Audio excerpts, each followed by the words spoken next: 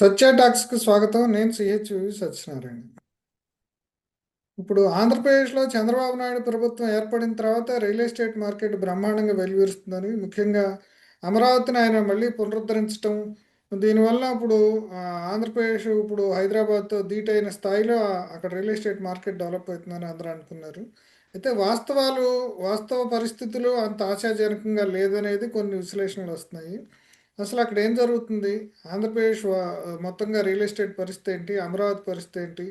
అట్లాగే వైజాగ్, ఉత్తరాంధ్ర అక్కడ పరిస్థితి ఏంటి? రాయలసీమ పరిస్థితి ఏంటి? వీటన్నిటిని మనతోటి విశ్లేషించడానికి సీనియర్ జర్నలిస్టు, రియల్ ఎస్టేట్ విశ్లేషకులు కొండబాబు మనతోటి ఉన్నారు. ఆయన అడిగి మరిన్ని విషయాలు తెలుసుకుందాం. నమస్తే అండి కొండబాబు గారు. నమస్తే సత్యనారాయణ గారు. ఇప్పుడు ఆంధ్రప్రదేశ్లో ఇప్పుడు చంద్రబాబు నాయుడు వచ్చిన తర్వాత, అంతకుముందు జగన్మోహన్ రెడ్డి పరిస్థితి అంతా అక్కడ మార్కెట్ అంతా చెడిపోయింది ఆయన విధానాల వలన. చంద్రబాబు వచ్చిన తర్వాత బ్రహ్మాండంగా పెరుగుతుందని అనుకున్నారు. ఏంటి పరిస్థితి? సార్ మీరు అన్నది నిజమే. జగన్మోహన్ రెడ్డి గారి హయాంలో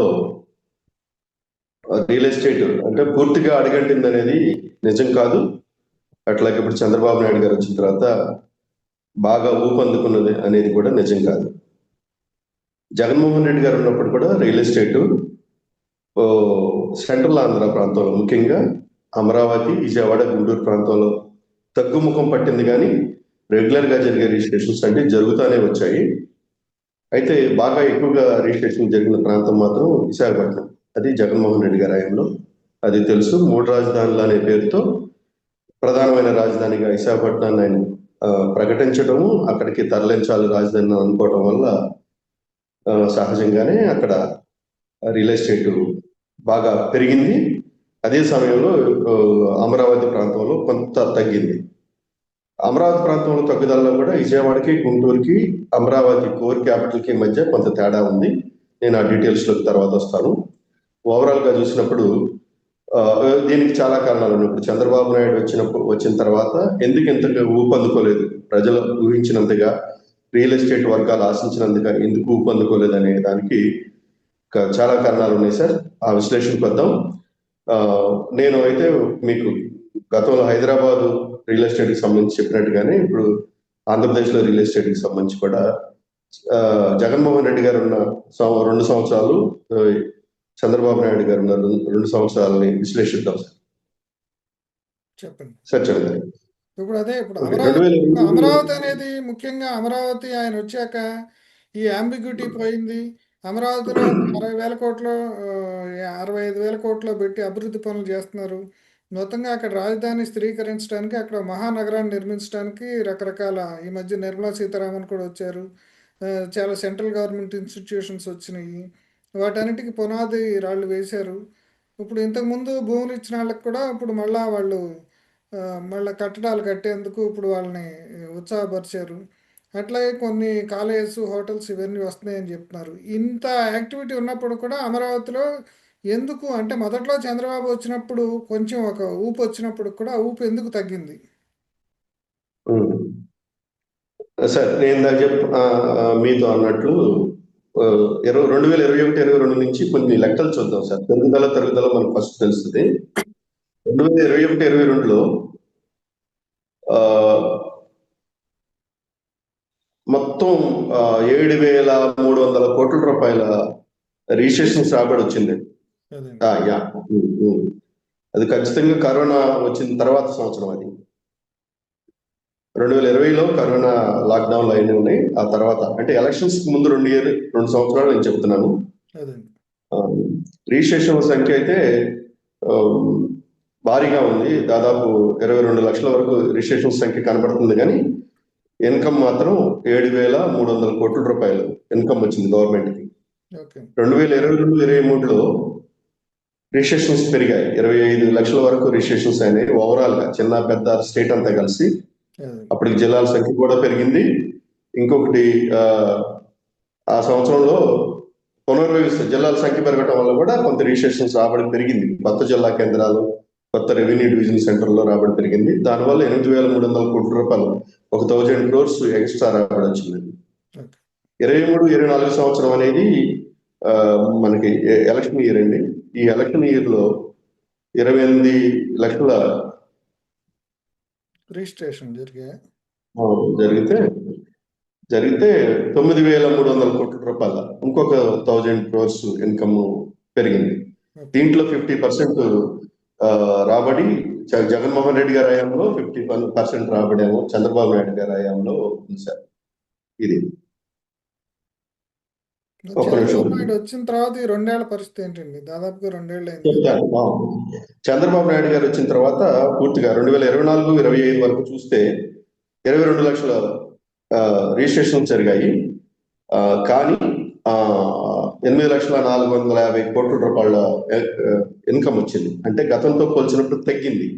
ఈ తగ్గడానికి చాలా కారణాలు ఉన్నాయి. అందులో ప్రధానమైన కారణం ఈ తగ్గిందనే విషయాన్ని ప్రభుత్వం కూడా అప్పుడు గుర్తించింది. ఇది యాక్చువల్గా ఇంకా తగ్గి ఉండాల్సింది, కానీ 2025 ఫిబ్రవరిలో రిజిస్ట్రేషన్స్ స్టాంప్ డ్యూటీ పెంచింది గవర్నమెంట్. ఫిబ్రవరిలో పెంచింది సార్. ఫిబ్రవరిలో పెంచడం వల్ల 5 to 10% పెంచారు.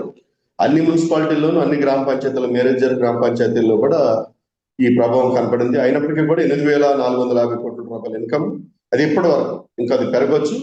ప్రభుత్వం అయితే 13,000 కోట్ల రూపాయలు టార్గెట్ గా పెట్టుకుంది. అది ఇంకా పెరిగే అవకాశం ఉంది. ఇలా పెరగకపోవడానికి కొన్ని కారణాలు సార్. ఒకటి ఏంటంటే అమరావతి ప్రాంతంలో ఓవరాల్ గా చూసినప్పుడు, మీకు సిటీస్ వైజ్ గా చూసినప్పుడు ఒక స్థిరమైన అభివృద్ధి విశాఖపట్నంలో కనిపిస్తుంది. గ్రోత్ ఉంటుంది, స్థిరత్వం ఉంటుంది. విజయవాడలో గ్రోత్ లేదు, కానీ స్థిరత్వం కంటిన్యూ అవుతున్నారు. జగన్మోహన్ రెడ్డి హయాంలోనూ స్థిరత్వం ఉంది, చంద్రబాబు నాయుడు గారి హయాంలో కూడా స్థిరత్వం ఉంది. గ్రోత్ అయితే అంత పెద్దగా వైజాగ్తో పోల్చినంతగా లేదు. దానికి కారణాలు ఉన్నాయి. ఇక చంద్రబాబు నాయుడు గారు వచ్చిన తర్వాత ఒకే ఒక చోట బాగా రిజిస్ట్రేషన్ సంఖ్య పెరిగింది, ఇన్కమ్ పెరిగింది. అది ఒక అమరావతి ప్రాంతం మాత్రమే. అమరావతి కోర్ క్యాపిటల్ ఏరియా అది.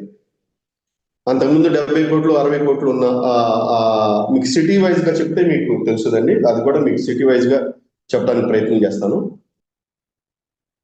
విశాఖపట్నంలో సార్ 2000 అంటే లాస్ట్ ఇయర్ చూద్దాం, మరి ఎక్కువ వివరాలు కూడా అవసరం లేదు. విశాఖపట్నం వరకు చూస్తే 890 కోట్ల టర్న్ ఓవర్ జరిగింది సార్. ఇప్పటి వరకు 890 కోట్ల టర్న్ ఓవర్ జరిగింది. అదే రాబడి వచ్చింది, రిజిస్ట్రేషన్ రాబడి వచ్చింది. విజయవాడలో 710 కోట్ల రూపాయలు రాబడి వచ్చింది ఈ ఏడాది. అంటే ఇంకా 2 నెలల టైం ఉంది, ఇంకా 3 నెలలు ఉంది ఫైనాన్షియల్ ఇయర్ కి. 710 కోట్ల రూపాయల రాబడి వచ్చింది. గుంటూరులో 580 కోట్ల రూపాయల రాబడి వచ్చింది. మంగళగిరి, తాడేపల్లి ఇది విజయవాడకి సమీపంగా ఉంటే కానీ ప్రత్యేకమైన మున్సిపాలిటీ, ఇది కీలకమైన ప్రాంతం. ఇక్కడ 310 కోట్ల రూపాయలు రాబడి వచ్చిందండి. యాక్చువల్ గా ఇది విజయవాడ అగ్లోమరేషన్ ఏరియా. ఇది విజయవాడ శివారు ప్రాంతం. కలిపితే దాన్ని కలపాలి, లేదంటే సపరేట్ గా చూడాలి మనం. మూడోది అమరావతి అండి, కోర్ క్యాపిటల్. ఈ కోర్ క్యాపిటల్లో 80 కోట్ల రూపాయలు రాబడి వచ్చిందండి 21-22లో. ఇది మీరు గమనించాల్సిన అంశం. 2021-22లో కేవలం 80 కోట్ల రూపాయలు రాబడి వస్తే ఇప్పుడు 480 కోట్ల రూపాయలు రాబడి వచ్చింది. ఇంకా 3 నెలలు మిగిలి కానీ గ్రోత్ ఏమన్నా వచ్చింది, బాగా వచ్చిందంటే ఒక అమరావతి ఏరియాలోనే వచ్చింది. రెండోది మంగళగిరి, తాడేపల్లిలో కూడా అప్పట్లో 145 కోట్ల రూపాయలు రాబడి రాగా ఇప్పుడు 310 కోట్ల రూపాయలు రాబడి వచ్చింది సార్. ఇది ఇక విజయవాడ స్థిరంగానే గతంలో 2021-22లో 680 కోట్లు, 23లో 640 కోట్లు, 24లో 710 కోట్లు, ఇప్పుడు 24-25 కల్లా 580 కోట్లు రాబడి ఉందండి. 710 కోట్లు 710 కోట్లు రాబడి ఉంది ఇప్పటికి. ఇది సార్ చంద్రబాబు నాయుడు గారు వచ్చిన తర్వాత రాబడి పెరిగిన ఏరియాలు అంటే రిజిస్ట్రేషన్ బాగా పెరిగి అంటే ఇప్పుడు ఒక కంప్లైంట్ చెప్తున్నారు. అంటే మీరు లెక్కలు, అఫిషియల్ లెక్కలు అవన్నీ చెప్తున్నారు, బాగానే ఉంది. ఇప్పుడు అమరావతిలో మొదట్లో ఏదో ₹1 కోటి లేకపోతే 50 లక్షలు ఇట్లా రేట్ చెప్పారు ఎకరం, చంద్రబాబు నాయుడు వచ్చిన కొత్తలో. అట్లాగే ఇప్పుడు 30,000 35,000 ఇట్లా గజని చెప్పారు. ఇప్పుడు అది ఆ ఊపు తగ్గిపోయి రేట్లు పడిపోయినాయి అని చెప్పేసి చెప్తున్నారు. దాని మీద మీ అబ్జర్వేషన్ ఏంటి? అసలు అమరావతిలో రేట్లు ఎట్లా ఉన్నాయి? అసలు బిగినింగ్ లో ఉన్నాయి, ఇప్పుడు ఏమైనా తగ్గినాయా? అమరావతి ప్రాంతం గురించి నాకు కొంత అవగాహన ఉందండి. అదంతా కూడా అది ఇటు గుంటూరుకి కానీ మంగళగిరికి కానీ సామీప్యంగా ఉంటుంది. అది విజయవాడకే ఉంటుంది. విజయవాడ నుంచే సిటీ బస్సులు తిరిగాయి పాత అమరావతి వరకు కూడా అవును. అది అమరావతి రాజధానిగా ప్రకటించక ముందు 29 గ్రామాలను రాజధానిగా ప్రకటించక ముందు అక్కడ ఎకరా 15 లక్షల రూపాయలు నడిచేదండి. 15-20 లక్షలు నడిచేది. అది రాజధానిగా ప్రకటించిన తర్వాత 1-1.5 కోటి వరకు వెళ్ళింది ఎకరా. అదే మళ్ళీ మళ్ళీ జగన్మోహన్ రెడ్డి గారి ఆయనలో మళ్ళీ అది 60-70 లక్షలకు పడిపోయింది ఎకరాల లెక్క చూస్తే. మళ్ళీ అంటే అది గజం రేటు అప్పుడు 15,000కి వచ్చిందండి జగన్మోహన్ రెడ్డి హయాంలో. ఇప్పుడు ఏదైతే ఈ రైతులకు ఇచ్చిన ఫ్లాట్లు మళ్ళీ తిరిగి అమ్ముకోవాలంటే 15-20 లక్షలు, 20,000 మధ్య గజం రేటు నడిచింది. అదే మళ్ళీ ఇప్పుడు అది 30,000 నుంచి 55,000, 45,000, 50,000 వరకు రేటు పెరిగిందండి. ఇప్పుడు అక్కడ రేటు నడుస్తుంది. అందుకే అక్కడ రిజిస్ట్రేషన్స్ రాబడి కూడా పెరిగింది. ఓకే. సరే, అది ఇప్పుడు మీకు ఈ లెక్కల్లో కూడా మీకు అది ఇందాక రిఫ్లెక్ట్ అయి ఉంటుంది నేను చెప్పినప్పుడు కూడా. అదేలేండి. ఇప్పుడు అసలు మరి సరే, అమరావతిలో ఊపు తగ్గింది అనే మాట ఎందుకు వచ్చింది అసలు? అమరావతిలో ఊపు తగ్గింది అనే మాట రావడానికి టోటల్ సిఆర్డిఏ పరిధి గురించి చెప్తున్నారు. సిఆర్డి అంటే కోర్ క్యాపిటల్ దగ్గర నుంచి మాట్లాడతాం. కోర్ క్యాపిటల్లో ఇంకా పెరగాలని చాలా మంది ఆశించారు. ఇంకా పెరగడానికి ఆస్కారం లేదు అక్కడ. ఎందుకు లేదంటే ఇప్పటికీ కూడా అక్కడ 1,00,000 జనాభా ఉంది. 29 గ్రామాలు కలిపి 217 చదరపు కిలోమీటర్ల వయసు 1,00,000 జనాభానే ఉంది. ఇప్పుడు కొత్తగా వచ్చిన 3-4 యూనివర్సిటీలు, అక్కడ చదువుతున్న విద్యార్థులు, లేకపోతే అక్కడ ఫ్యాకల్టీ, వీళ్ళందరూ కలుపుకున్నా కూడా ఆ విద్యార్థులు ఎట్లాగో అక్కడ ఉండరు. వాళ్ళు మంగళగిరిలోనూ విజయవాడలోనూ ఎక్కడ ఉంటారు. సో కాబట్టి అక్కడ ఇంకా ఇన్ఫ్రా అనే బేసిక్ ఇన్ఫ్రా డెవలప్మెంట్ జరగలేదు. రోడ్లు కంప్లీట్ కాలేదు, డ్రైనేజ్ కంప్లీట్ కాలేదు, పవర్ లైన్స్ కంప్లీట్ కాలేదు, అండర్ గ్రౌండ్ డ్రైనేజీలు కంప్లీట్ కాలేదు. ఇంకా అది జంగిల్ క్లియరెన్స్ అయితే చేశారు కానీ ఇంకా ఖాళీ స్థలాలే ఒక పొలాలుగానే కనిపిస్తా ఉంది ఆ ప్రాంతం. అంటే కాబట్టి ఎంప్లాయ్మెంట్ జనరేషన్ కూడా ఏమి జరిగినట్లేదు కదా. జరగలేదండి. ఇక్కడ ఇది చెప్పి నేను అక్కడికి వస్తాను. యాక్చువల్ గా ఇదంతా జరిగితే, ఇన్ఫ్రాస్ట్రక్చర్ డెవలప్మెంట్ అంతా జరిగిన తర్వాత కూడా అక్కడ జనావాసాలు రావడానికి, అక్కడ వ్యాపారాలు నడవడానికి కనీసం ఇంకో 10 ఏళ్ళు పడుతుందండి. అందువల్ల ఇప్పుడు ఇమీడియట్ గా అక్కడ కొనాలనుకుంటున్న వాళ్ళందరూ కూడా 10 ఏళ్ల తర్వాత ఇన్వెస్ట్మెంట్ పర్పస్ తోనో, 10 ఏళ్ల తర్వాత వ్యాపారాల ఆలోచనతోనో కొనుక్కుంటున్న వాళ్ళు తప్పిస్తే ఇమీడియట్ గా ఒక 50 లక్షలు పెట్టి ఇల్లు కొనుక్కోవాలనుకునే వాళ్ళు ఎవరు కూడా అక్కడికి వెళ్ళి కొనుక్కోవాలనుకోవట్లేదు. అది 1,00,00,000 రూపాయలు, 1,50,000 పెడితే కూడా వాళ్ళకి అక్కడ ఎన్ని గజాల స్థలం వస్తుంది అనేది ఇప్పటికీ కూడా సందేహాస్పదంగానే ఉంది. ఎందుకంటే ఇందాక మనం అనుకున్నట్టు 30,000 నుంచి గజం రేటు 50,000, 45,000, 50,000 వరకు, సారీ క్షమించండి, 15,000 నుంచి మళ్ళీ 30,000, 40,000, 45,000 ఏరియాను బట్టి రేట్లు పెరిగాయి. సో ఆ రేట్లు పెట్టి సామాన్యులు, మధ్య తరగతి వారు, ఎగువ మధ్య తరగతి వాళ్ళు కూడా కొనలేదు. కాస్త రిచ్ పీపుల్, కాస్త బ్లాక్ మనీ ఉందనుకున్న వాళ్ళు, డబ్బులు పక్కన పడేసుకున్నాం అనుకున్న వాళ్ళు కొనుక్కుంటారు. లేకపోతే భవిష్యత్ అవసరాల కోసం, వ్యాపారాలు, వాణిజ్య అవసరాల కోసం కొనుక్కోవాలనుకున్న వాళ్ళు మాత్రమే కొనుక్కుంటారు. అంతకంటే మించి అది స్టాగ్నేషన్ పొజిషన్ అని నాకు తెలిసినంత వరకు. దానికి 10%, 5% అటు ఇటుగా నడుస్తుంది తప్ప రాబోయే 2-3 సంవత్సరాల్లో కూడా అంతకంటే మించి పెరగదు. అక్కడికి హోటల్స్ అయితే వస్తున్నాయండి. కొత్తగా ఒక అమరావతి ఏరియాలో 3 స్టార్ హోటల్స్ కడుతూ ఉన్నారు. కొత్తగా వస్తున్నది హోటల్స్ ఒకటే. మీరు అడిగినట్టుగా అక్కడ పెట్టుబడులు రాకపోవడానికి చాలా కారణాలు ఉన్నాయి. ప్రభుత్వం పెట్టుబడుల్ని ఐటీ బేస్డ్ కంపెనీలన్నింటినీ, ఫార్మా బేస్డ్ కంపెనీలన్నింటినీ కూడా విశాఖపట్నం, ఉత్తరాంధ్ర ప్రాంతానికి తరలిస్తూ అక్కడ ఆకర్షిస్తోంది. మిగతా భారీ పరిశ్రమలు ఏమైనా ఉంటే ఆ పరిశ్రమలనేమో రాయలసీమ, తిరుపతి, రాయలసీమ, అనంతపురం, నెల్లూరు దగ్గర నుంచి కృష్ణపట్నం పోర్ట్ నుంచి ఆ ఎగువ ప్రాంతాలకి, ఆ పక్క ప్రాంతాలకి తరలిస్తుంది. ఇప్పటి వరకు మన గ్లోబల్ సమ్మిట్ జరిగినప్పటికీ కూడా విశాఖపట్నంలో 10,35 కోట్ల రూపాయల విలువైన ఒప్పందాలు జరిగినాయని ప్రభుత్వం చెప్పినప్పటికీ ఆ పెట్టుబడుల్లో దాదాపు 1,00,000 కోట్ల పెట్టుబడులు కూడా సెంట్రల్ ఆంధ్ర అంటే ముఖ్యంగా వెస్ట్ గోదావరి, ఈస్ట్ గోదావరి, కృష్ణా, గుంటూరు, ప్రకాశం జిల్లా ప్రాంతాల్లో పెద్దగా పెట్టుబడులు రాలేదు. అసలు ఆ వైపునే ఆలోచించట్లేదు. నేను అనుకోవడం ఏంటంటే రాజధాని ఒకే ప్రాంతంలో ఉంది కాబట్టి, విజయవాడ ప్రాంతంలో ఉంది కాబట్టి విజయవాడ ప్రాంతంలో పెట్టుబడులు తీసుకొస్తే మిగతా ప్రాంతాల వాళ్ళు అంతకుముందు జగన్మోహన్ రెడ్డి చేసిన ప్రచారం లాగా మళ్ళీ ఇప్పుడు సెంట్రల్ ఆంధ్ర మీదే ఫోకస్ అంతా ఉంది ప్రభుత్వం అని అనుకుంటారనే ఆలోచనతో కావాలనే ఈ ఫేజ్ లో ఫస్ట్ 2 ఏళ్ళు 3 ఏళ్ళలో సెంట్రల్ ఆంధ్రకి పెట్టుబడులు తీసుకురావట్లేదేమో చంద్రబాబు నాయుడు గారు అని నాకు అనిపిస్తుంది సార్. ఇప్పుడు అమరావతిలో క్వాంటమ్ వ్యాలీ అంటున్నారు, ఏఐ సిటీ అంటున్నారు, ఏఐ యూనివర్సిటీ అంటున్నారు. ఇవన్నీ మాట్లాడుతున్నారు కదా, ఇవన్నీ అసలు సాకారం అయితే అంటారా? ఈ మాటల వలన ఏమన్నా అక్కడికి ఇప్పుడు ఊపు వచ్చిందంటారా రియల్ ఎస్టేట్కి? యాక్చువల్ గా క్వాంటమ్ వ్యాలీ అన్న తర్వాత ఆ మాత్రం చంద్రబాబు నాయుడు రావటము, జంగిల్ క్లియరెన్స్ చేయటము, అక్కడ మళ్ళీ రోడ్లు గీట్లు ఈ వ్యవహారాలు చేయటం వల్ల కొంత ఊపు వచ్చింది. దాని తర్వాత క్వాంటమ్ వ్యాలీ అనడం వల్ల ఇంకా ఊపు వచ్చింది. ఊపు వచ్చింది కానీ అక్కడ పెద్ద రైతులు అనబడే వాళ్ళు ఎవరో కూడా దాన్ని అమ్మడానికి ముందుకు రావట్లేదు. పెద్ద రైతులు, మధ్యతరగతి రైతులు వాళ్ళకి వచ్చిన ఫ్లాట్లను అమ్మడానికి ముందుకు రావటం లేదు. కేవలం పేద రైతులు ఎకరం, అరెకరం, పావు ఎకరం ప్రభుత్వానికి కూలింగ్లు ఇచ్చిన వాళ్ళు మాత్రమే అమ్ముకుంటున్నారు. పెద్ద రైతులు అమ్మట్లేదు ఆ ప్రాంతంలో. అది కూడా అక్కడ ఆ, స్టాంప్ స్టాంప్ ఏమంటారు, రిజిస్ట్రేషన్స్ రాబడి తగ్గడానికి ఊహించినంతగా, ఆశించినంతగా రాకపోవడానికి అదొక కారణం అండి. అంటే అక్కడ రైతులకి కొనాలి లేదా? రైతులకి ప్లాట్లు ఇచ్చేసి ఉంటే ఎవరికి వాళ్ళే డెవలప్మెంట్కి ఇస్తే డెవలప్మెంట్ జరిగేది అనేది ఒకటి అంటున్నారు. ఆ ప్లాట్లు ఇవ్వకపోవడం కూడా కొంత రియల్ ఎస్టేట్ పెరగకపోవడానికి కారణం అని అంటున్నారు. నిజమేనా? సార్, ప్లాట్లు ఇదొక్కటి ఆ, ఇది చాలా సరైన ప్రచారం కాదండి. ప్లాట్లు కేవలం 700 మంది, 1000 లోపు రైతులకు మాత్రమే ఇంకా ప్లాట్లు హ్యాండ్ ఓవర్ చేయలేదు సార్. మిగతా వాళ్ళందరికీ ప్లాట్లు ఇచ్చారు. కానీ దాంట్లో కూడా కొన్ని అవతకులు ఉన్నాయి. ప్లాట్ పేపర్ మీద ఉంటుంది, చూపించడం జరిగింది. కానీ ఈ మధ్యలో జరిగిన ఈ రాళ్లన్నీ పీకేయటాలు, సరిహద్దులు లేకపోవటాలు, రోడ్లు పూర్తి కాకపోవటాల వల్ల అవి కొంతమందికి తమ ప్లాట్ ఎక్కడ ఉందో తెలియటం లేదు. రెండో కారణం, వాళ్ళు డెవలప్మెంట్కి ఇచ్చుకుంటారంటే అక్కడ డెవలప్మెంట్ ఇవ్వాలంటే అక్కడ రోడ్లు రావాలి, డ్రైనేజ్ రావాలి, పవర్ లైన్స్ రావాలి.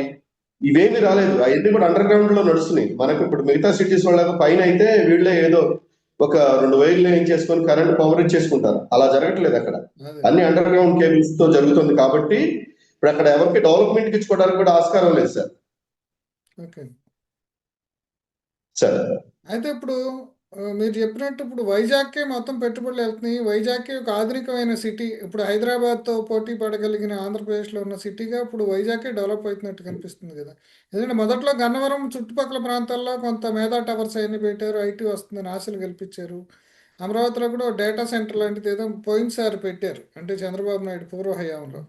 ఇప్పుడు చూస్తుంటే అంతా కూడా కాన్సన్ట్రేషన్ వైజాగ్ వైపే కనిపిస్తున్నట్టుంది కదా.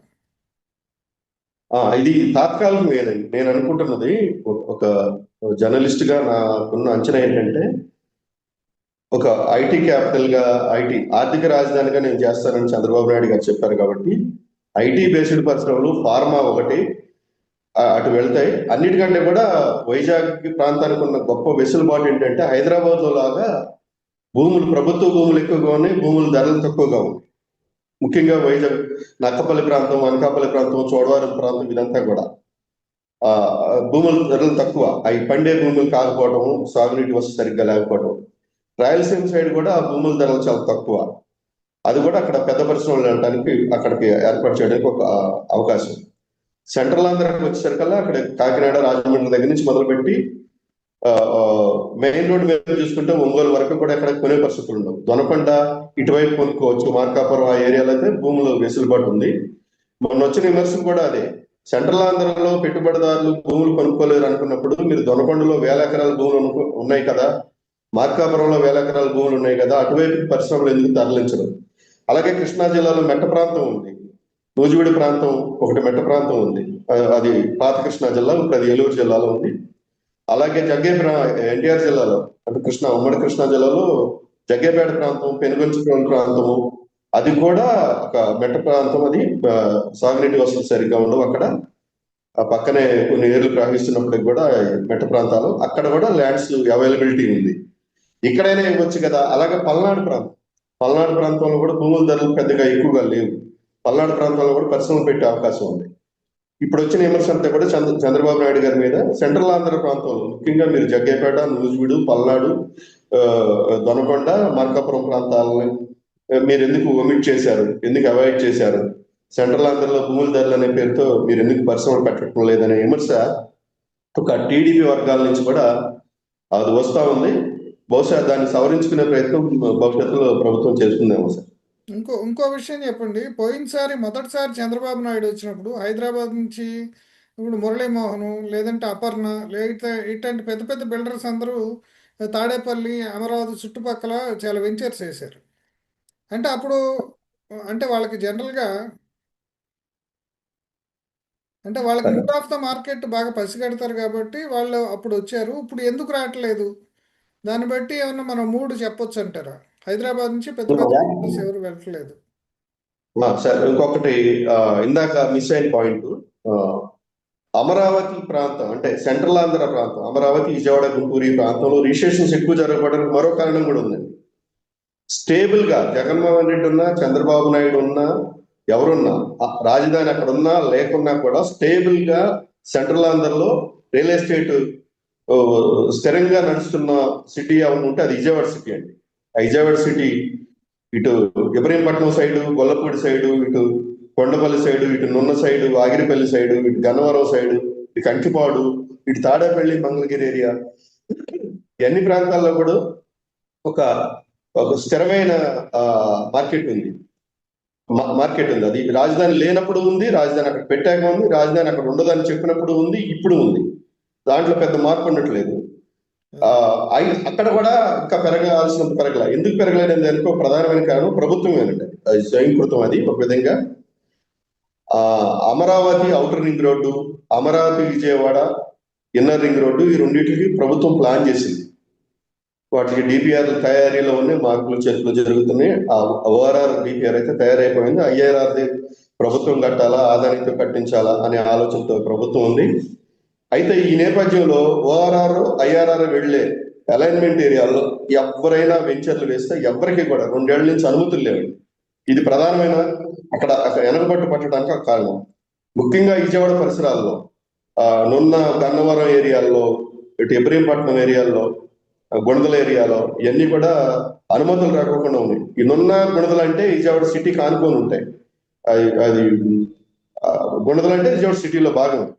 అయినప్పటికీ కూడా ఆ ప్రాంతంలో కూడా నున్న గుణదల మధ్య చంద్రబాబు నాయుడు అనుకోవటం ఏంటంటే ఇక్కడ ఇవన్నీ డెవలప్ అయ్యి ఇన్వెస్ట్మెంట్లని ఇక్కడికి వచ్చేస్తే రియల్ ఎస్టేట్ ఇన్వెస్ట్మెంట్స్ రేపు అమరావతిలో పెట్టే వాళ్ళు ఎవరు ఉంటారో అనే ఉద్దేశంతో ఇవన్నీ తొక్కిపడుతున్నాడు అని చెప్పేసి ఒక విమర్శ ఉంది. నిజమేనా? అది అది రాజకీయ విమర్శలండి. అది అంటే అమరావతిలో పెట్టుబడులు పెట్టకుండా ఎవరు ఉండరు.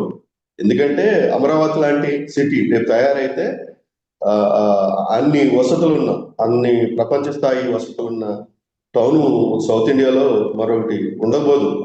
వసతుల పరంగా అట్లాగే భౌగోళికంగా కూడా కీలక ప్రాంతంలో ఉంది. అయితే ఈయన చేస్తున్నది ఒకటి ఉంది. అమరావతి పేరు మీద చంద్రబాబు నాయుడు ఇప్పుడు విమర్శ ప్రభుత్వం మీద, అమరావతిలో పెట్టుబడులు రాగానో ఇంకేదో మరి ఆయన ఆలోచనలు వదిలేయాలి. కానీ విజయవాడని, గుంటూరుని దీనివల్ల పూర్వపక్షం చేస్తున్నారు. అంటే ప్రతిపక్షాలు నచ్చని వారైతే బలి చేస్తున్నారనే మాట కూడా ఉంటుంది. అమరావతిలో పెట్టుబడులు,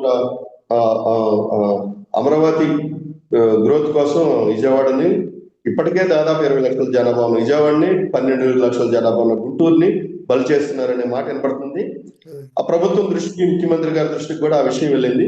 ఇప్పుడు దాని మీద ఆయన ఏం చేస్తారో వేచి చూడాలి. ఆ విమర్శలకు తావివ్వకోకుండా యాక్చువల్ గా చాలా మంది కోరుకునేది ఏంటంటే అమరావతి నిర్మాణంతో పాటు విజయవాడ, గుంటూరు పునర్నిర్మాణం అవసరం. విజయవాడ లాంటి ఒక అన్ని వైపులా విస్తరించిన ఒక సిటీలో దాదాపు 20 లక్షల జనాభా ఉన్న సిటీని ఇంకా అలాగే వదిలేయడం కరెక్ట్ కాదు. దాన్ని గ్రేటర్ సిటీ చేయాలి. సేమ్ టైం అన్ని వైపులా radial roads, inner ring road కి, అవుటర్ రింగ్ రోడ్ కి రేడియల్ రోడ్స్ ఇప్పుడే నిర్మించాలి. భవిష్యత్తులో కష్టం అయిపోద్ది నిర్మించడానికి. ఇప్పటికే బందర్ రోడ్డు, ఏలూరు రోడ్డు వెడల్పు చేయడం అనేది పెద్ద కష్టతరం అయిపోయింది ప్రభుత్వానికి. ఒక నూజివీడు రోడ్డు ఒకటి ఉంది. ఇంకా చాలా రోడ్లు, ఇంకా 2 రోడ్లు కనెక్ట్ అవుతున్నాయి విజయవాడకి. విజయవాడ, నాగపూర్, బెంగళూరు, విజయవాడ ఇలాంటి రోడ్లు కూడా రేపు ఇవన్నిటికి ట్రాఫిక్ కూడా పెరుగుతుంది. ఇప్పుడు 20 లక్షల జనాభా, 10 లక్షల జనాభా ఉన్న గుంటూరు, విజయవాడను పక్కన పెట్టి ఏ జనాభా ఇంకా లేని చోట ఎక్కువ ఫోకస్ పెడుతున్నారనే విమర్శకి ప్రభుత్వం ఒక కార్యాచరణతో సమాధానం చెప్పాల్సిన అవసరం ఉంది. బందర్ పోర్టు ప్రభావం ఇప్పుడు ఎట్లా ఉంటుంది? బందర్ పోర్టు వలన ఇప్పుడు బందర్ రోడ్డు ఎక్స్టెన్షన్ వస్తుంది అని చెప్పేసి చెప్తున్నారు. దాని ప్రభావం రియల్ ఎస్టేట్ మీద ఎట్లా ఉంటుంది? అసలు బందర్ పోర్ట్ అనేది బందర్కే కాదు, అది బందర్ రియల్ ఎస్టేట్ కే కాదు. అది రేపు మొత్తం రాజధాని సిఆర్డిఏ ప్రాంతం మొత్తానికి కూడా బందర్ పోర్ట్ అనేది ఒక గుండెకాయ కాబోతుందండి. యాక్చువల్ గా బందర్ పోర్ట్ ను ఫస్ట్ 16 గంటలతో ప్లాన్ చేశారు రాజశేఖర రెడ్డి గారు ఉన్నప్పుడు. ఆ తర్వాత వచ్చిన ప్రభుత్వాలు, చంద్రబాబు నాయుడు గారి ప్రభుత్వం కానివ్వండి, మొన్నటి వరకు ఉన్న జగన్మోహన్ రెడ్డి గారి ప్రభుత్వం కానివ్వండి, దాన్ని 4 గంటలకే కుదించారు. అది 4 బెర్తల్లో కూడా ఒక బెర్తను పూర్తిగా బొగ్గు కేటాయించారు. అసలు భవిష్యత్తులో తెలంగాణకి ప్రధానమైన పోర్టు బందర్ పోర్టే అవుతుంది. కాబట్టి బందర్ పోర్టు దాని ఆపరేషన్స్ స్టార్ట్ అయిన తర్వాత అది బందర్ మీదే కాదు సార్, రేపల్లె మీద, తెనాలి మీద, గుంటూరు మీద, విజయవాడ మీద, నూజివీడు మీద, ఇటు ఏలూరు వరకు కూడా దాని ఇంపాక్ట్ పాజిటివ్ వేలో ఉండబోతుందండి. అదే. ఇప్పుడు ఇంతకుముందు నేను ఆ ప్రశ్న అడిగాను. అది హైదరాబాద్ నుంచి పెద్ద పెద్ద రియల్టర్లు ఇప్పుడు అమరావతికి ఎందుకు రావట్లేదు చంద్రబాబు యా. వచ్చిన తర్వాత? గతంలో ఆ, వచ్చినారు. ఆ, ముఖ్యంగా ఆ. మురళీమోహన్, అపర్ణ వాళ్ళు వచ్చారు. వాళ్ళు మళ్ళీ కొత్త వెంచర్స్ ఏమి స్టార్ట్ చేయట్లేదు. పాతయే అట్లా ఉంచారు కానీ. ఉమ్. సార్ వాళ్ళు కూడా అమరావతి టౌన్, అమరావతి కోర్ అమరావతిలో చేయలేదు సార్. అంతా కూడా మంగళగిరి, తాడేపల్లి మున్సిపాలిటీ తాడేపల్లిలో పరిధి, చేశారు. విజయవాడ శివారులో చేశారు. అవి అటు గొల్లపూడి కానీ, ఇటు కుంచనపల్లి కానీ, కుంచనపల్లి ఏరియా, తాడేపల్లి ఇటు కనకదుర్గ వారిది పక్కన ఉంటుంది అది. ఆ, సుందరయ్య నగర్ అంటారు ఆ ప్రాంతంలో, అటువైపు చేశారు వాళ్ళు, పెద్ద వెంచర్లు చేశారు. ఇప్పుడు రాకపోవడానికి కొన్ని కారణాలు సార్. ఇవంతా కూడా రియల్ గా అక్కడ జనాభా రావాలంటే అక్కడ ఉపాధి ఉండాలి. ఆ ప్రాంతంలో, సెంట్రల్ ఆంధ్ర ప్రాంతంలో ఇందాక మనం మాట్లాడుకున్నట్టు ఉపాధి లేకపోవడం, పరిశ్రమలు లేకపోవడం వల్లే ఆ, రావట్లేదు. కేవలం అక్కడ రియల్టీ రావాల్సినంత గ్రోత్ రావట్లేదు. ఇప్పుడు అమరావతిలో కూడా ప్రభుత్వ కార్యాలయాల సిబ్బంది వాళ్ళు వస్తారేమో, కొన్ని వేల మంది లేదా లక్షల మంది వస్తారేమో, కానీ ఉపాధి ఉన్నది వేరు, ఒక ప్రభుత్వ కార్యాలయం ఉండటం వేరు సార్. దానికి ప్రధానంగా కారణం మనం చూస్తే అహ్మదాబాద్, గాంధీనగర్. మన గుజరాత్ లో గాంధీనగర్ ఇప్పటికీ కూడా తాడేపల్లి మున్సిపాలిటీ లాగా ఉంటుంది. అహ్మదాబాద్ ఏమో పెద్ద మహానగరంగా, మరి అది మరి ముంబై లాగా రూపుదాల్చింది. ఇప్పుడు కూడా ఇక్కడ అంతే. ఇప్పుడు మనకు యాక్చువల్ గా ఇండస్ట్రియల్ క్లస్టర్స్ అనేవి లేవు విజయవాడ ప్రాంతంలో. ఇప్పుడు అమరావతి అని రాస్తున్నారు, పెడుతున్నారు, కానీ అమరావతి అంటే విజయవాడ ప్రాంతంగానే చూస్తూ, విజయవాడ గుంటూరు ప్రాంతంగా చూస్తేనే మొత్తంగా ఇది ఒక ఇంటిగ్రేటెడ్ గా డెవలప్ అవుతుంది సార్. ఇది అటు కొండపల్లి క్లస్టర్ కానివ్వండి, లేకపోతే ఇటు గన్నవరం వైపు కానివ్వండి, అట్లాగే మంగళగిరిలో కూడా కొన్ని చిన్న పరిశ్రమలు ఉన్నాయి. ఇవి చిన్న పరిశ్రమలు, పెద్ద పరిశ్రమలు ఎక్కడ అవకాశం ఉంటే అక్కడ. యాక్చువల్ గా విజయవాడ, అమరావతి, గుంటూరు ప్రాంతం ఐటీ పరిశ్రమకే అనుకూలమైంది. ఎందుకంటే తక్కువ భూమిలో ఎక్కువ టవర్లు నిర్మించుకోవచ్చు. ఇక్కడ భూమి లభ్యత తక్కువ కాబట్టి. కానీ ఆ ప్రభుత్వం దృష్టి అంతా కూడా విశాఖపట్నంలో ఐటీ పరిశ్రమలు పెట్టాలని చూస్తుంది. ఇక్కడ క్వాంటమ్ వ్యాలీ ఒకటి అమరావతికి పరిమితం అవుతుంది. క్వాంటమ్ వ్యాలీ వల్ల కూడా గ్రోత్ ఉంటుంది. కానీ క్వాంటమ్ వ్యాలీ అనేది ఒక బ్రహ్మ పదార్థంలా ఉంది. ఇప్పుడు ఏంటంటే ఆ క్వాంటమ్ అది కంప్యూటర్ ఏదో అదే పెడితే అది దాంట్లో ఎంత ఉపాధి వస్తుంది బ్రహ్మ ఏంటి అనేది. ఎస్. మీరు బ్రహ్మ పదార్థం అన్నారు, కొంతమంది అది బ్రహ్మ పదార్థం అని కూడా అంటున్నారు. అదే. దానికి ప్రభుత్వం రాబోయే 3-4 నెలల్లోనే మేము క్వాంటమ్ వ్యాలీని ఒక ఆపరేషన్ లోకి తీసుకొస్తాము, వేరే భవనాల ద్వారానే ఒక మాట అనిపిస్తోంది. లేదంటే కనీసం అప్పటికల్లా మేము క్వాంటమ్ వ్యాలీకి సంబంధించిన వాళ్ళు ఇప్పటికే ఎల్ఎన్డి కానీ ఇంకొకరికి ఎవరికి అప్పచెప్పారు ఆ భవనాల నిర్మాణాన్ని. క్వాంటమ్ వ్యాలీ వల్ల ఖచ్చితంగా ఆ ప్రాంతంలో ఉపాధి దొరుకుతుంది, సేమ్ టైం రియల్టీ గ్రోత్ కూడా ఉంటుంది, అందులో సమస్య లేదు. అదే ఇప్పుడు ఆంధ్రప్రదేశ్లో ఇప్పుడు ఎవరైనా సరే స్థలాలు కొనుక్కోవాలంటే మిడిల్ క్లాస్ కానీ లేదంటే ఎవరైనా సరే ఎక్కడెక్కడ కొనుక్కుంటే మంచిది?